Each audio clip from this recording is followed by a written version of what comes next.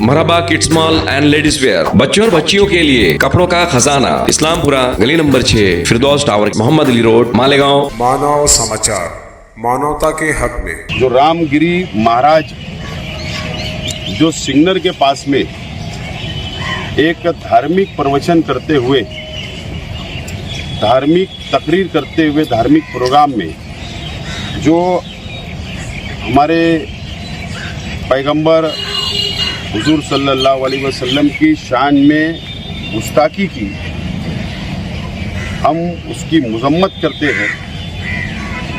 और महाराज ने जानबूझकर ऐसा स्टेटमेंट, ऐसा प्रवचन में हुजूर की शान में गुस्ताखी की, ऐसा मेरा मानना है।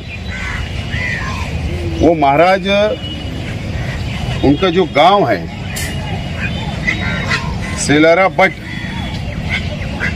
तालुका श्री रामपुर, डिस्ट्रिक्ट अहमदनगर, और ये शख्स जो है, सामने विधानसभा का इलेक्शन है और सामने इलेक्शन को मद्देनजर रखते हुए वो शख्स ने इस तरीके का स्टेटमेंट किया, ऐसा मेरा स्पष्ट आरोप है।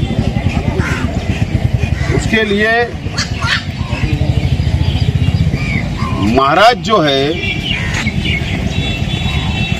वो कोई हिंदू धर्म के महाराज नजर नहीं आते, वो एक पक्ष के महाराज नजर आते हैं।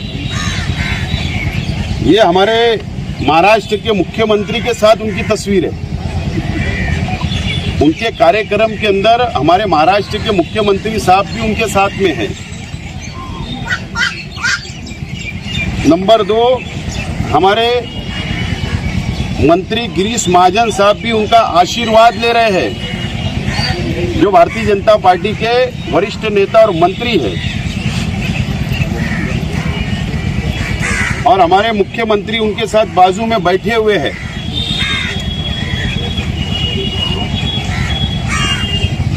और राज्यसभा मतलब एमएलसी माजी मंत्री पंकजा ताई भी उनके साथ है।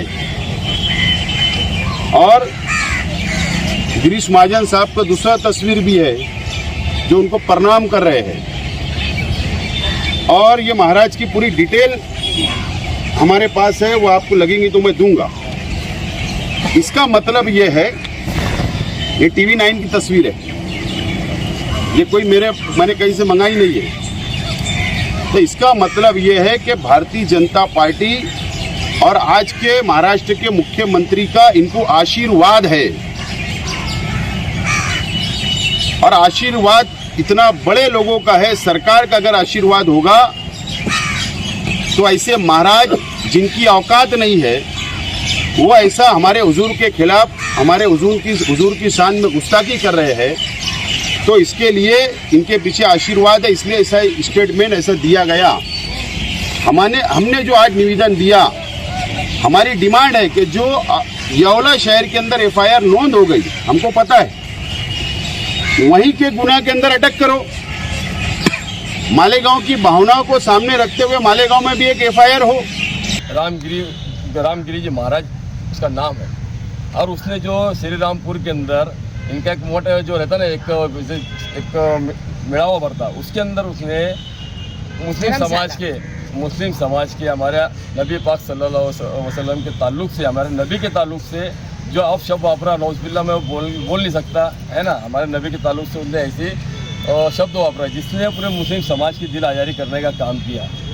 और मुझे लगता सभी धर्म और सभी समाज में सभी धर्म गुरु रहते हैं, जैसे हमारे में मौलाना है, आप हिंदुओं में पंडित है, महाराज लोग हैं, और सभी के साथ हमारा उठना बैठना है। लेकिन हमने कभी ऐसा किसी समाज के बारे में ऐसा कहीं लिखेल नहीं है, और नहीं किसी ने कभी कहा कि समाज के बारे में एक दूसरे को बोलने की किसी को ज़रूरत पड़ी है, क्योंकि कोई समाज सिखाता ही नहीं एक दूसरे के समाज के खिलाफ बोलना।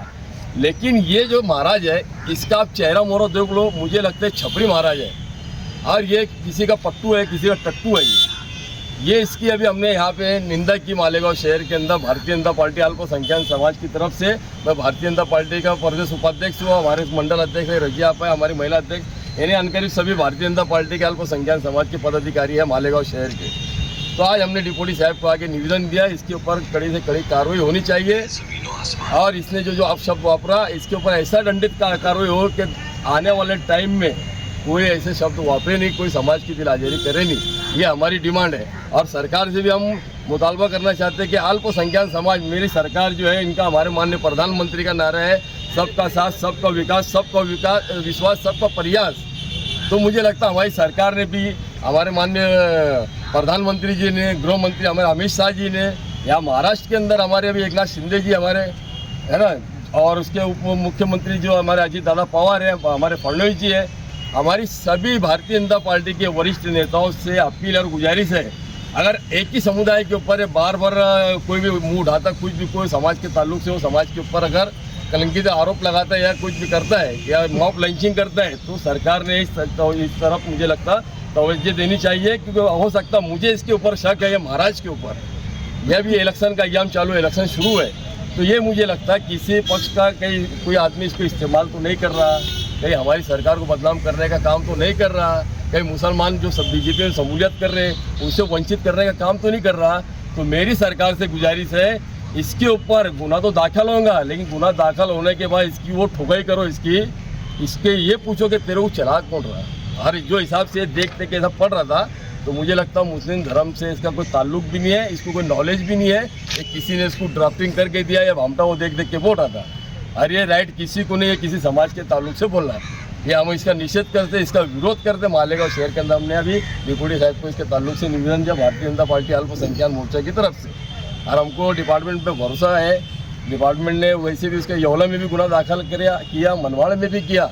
इसी तरह से हमने उम्मीद जताई कि मालेगांव शहर के अंदर की इसके ऊपर गुना दाखिल होना चाहिए, और इसके ऊपर तो ऐतिहासिक गुना दाखिल होना चाहिए, पूरे देश भर में गुना दाखिल होना चाहिए, और इसको इस तरह अंदर डालो के बाहर भी नहीं निकलना चाहिए। आपने जो ये मेमोरेंडम दिया, अगर बेहतर नहीं होता कि मेमोरेंडम देने के बजाय आप सीधे कंप्लेन करते, जैसे अलग अलग जगह पर कंप्लेन हुई है, आप खुद कंप्लेनर बन के कंप्लेन करते। मेमोरेंडम कई बातों के लिए दिया जाता है, उस पर असर कितना होता है ये नहीं मालूम। अगर आप सीधे जो FIR दर्ज करवाते तो हो सकता था कि शायद और ज़्यादा सख्त एक्शन लिया जाता। देखो, हमने FIR के डिमांड करने के लिए ही दिए, FIR के लिए ही दिए। अगर डिपार्टमेंट FIR, देखो उसकी भी एक कानून की भी एक मर्यादा है।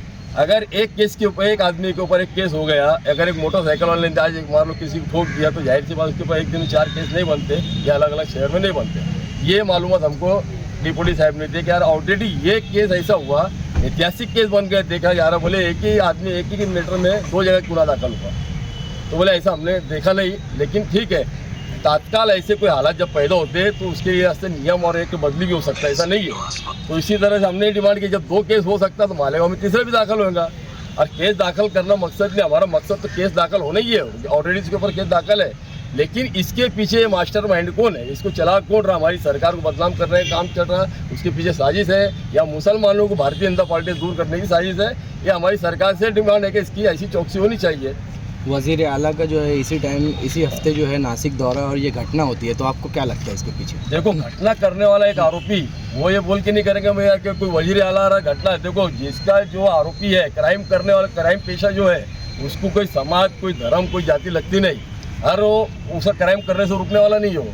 वो थोड़ी बोल के करेगा अभी वज़ीर आला तो मैं क्राइम करूँगा, तो इसका मतलब ऐसी बात हुई कि वज़ीर आज़म ने बोला तू क्राइम कर।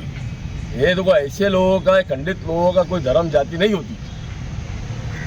कई शहर के माहौल जो है बहुत ज़्यादा जो है कशीदा लग रहे हैं, तो इस ताल्लुक से आप क्या पैगाम देंगे लोगों को? देखो, इसके अंदर ऑलरेडी हमने लेटर में लिखा है, इनको हमने मैसेज दिया है कि अभी हमने बहुत सारे गाँव में नौजवान तबका, जो बुजुर्ग और हमारी माँ बहनें तक, देखो नबी हमारी जान है, हमारी शान है, हमारी आन बान है, उनके लिए मुसलमान मर सकता है, मरने से बड़ा कोई काम नहीं है।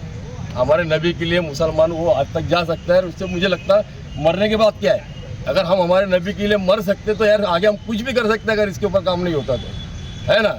दूसरी बात ये है, हमने मालेगांव शहर की आवाम से अपील की ये भाई पुलिस डिपार्टमेंट अपनी सही सीम तक कार्रवाई कर रहा है। डिपार्टमेंट ने इसके ऊपर गुनाह दाखिल किया है। हमको कोई ऐसा कानून हाथ में लेने की ज़रूरत नहीं है। और मैं मालेगांव शहर की आवाम से फिर अपील करता हूँ, डिपार्टमेंट हमारे साथ है, घबराने की ज़रूरत नहीं है। और ये जो हमने आज अल्पसंख्यक समाज, भारतीय जनता पार्टी अल्पसंख्यक समाज की तरफ से जो मोर्चा हमने उठाया है पक्ष की तरफ से, ये भी हम सरकार तक मैसेज डाल रहे हैं। मुझे लगता है इंशाल्लाह इसके ऊपर कड़ी से कड़ी कार्रवाई होंगी, ऐसी होंगी कि आने वाले टाइम में मुझे लगता है कोई हिम्मत नहीं कर पाएगा ऐसी हरकत करने की।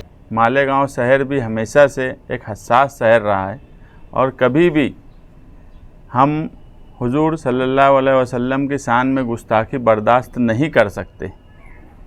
12 नवंबर का वाक़या भी कहीं ना कहीं इसी सिलसिले की एक कड़ी थी। हम पुलिस डिपार्टमेंट से ये गुजारिश करना चाहते हैं कि वो इन हालात को देखते हुए खुद ही फ़ौरन कुछ साधु के ख़िलाफ़ गुनाह दाखिल करे। नया एक्ट जो आया है, भारतीय न्याय संहिता एक्ट 2023 के तहत 153 ए, 295, 299 जो भी कलम नए कानून से बैठती है, क्योंकि अभी उसमें हेड स्पीच के ताल्लुक से कई नए प्रोविज़न हुए हैं, तो उनको साथ में रखते हुए पहले ऐसा था कि सोशल मीडिया पर हेड स्पीच का कोई कानूनी प्रोविज़न नहीं था, मगर अभी वो भी आ गया है, तो उसको भी साथ में शामिल करें।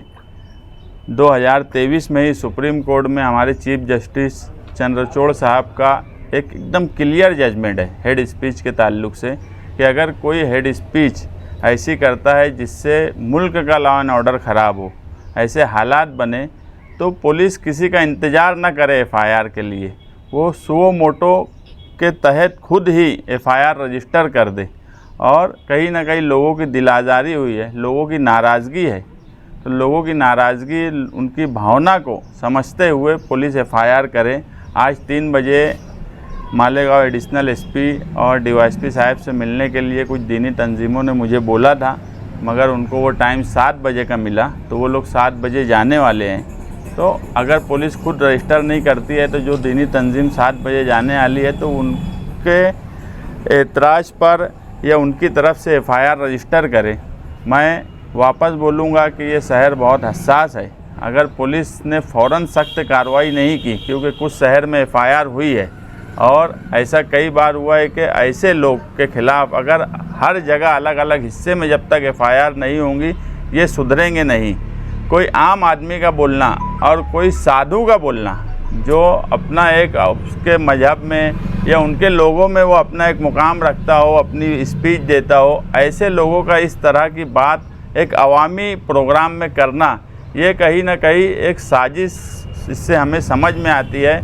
आने वाला वक्त इलेक्शन का है, महाराष्ट्र असेंबली इलेक्शन जल्द ही होने वाला है, तो इसका कहीं ना कहीं फ़िरका परस्त पार्टियाँ जानबूझकर ऐसे लोगों को आगे करने की तरफ रहेंगी। अगर आज सख्त कार्रवाई नहीं हुई तो आगे और इस तरह के लोगों के हौसले बुलंद होंगे, या कुछ सियासी लोग जानबूझकर ऐसे लोगों को आगे करेंगे।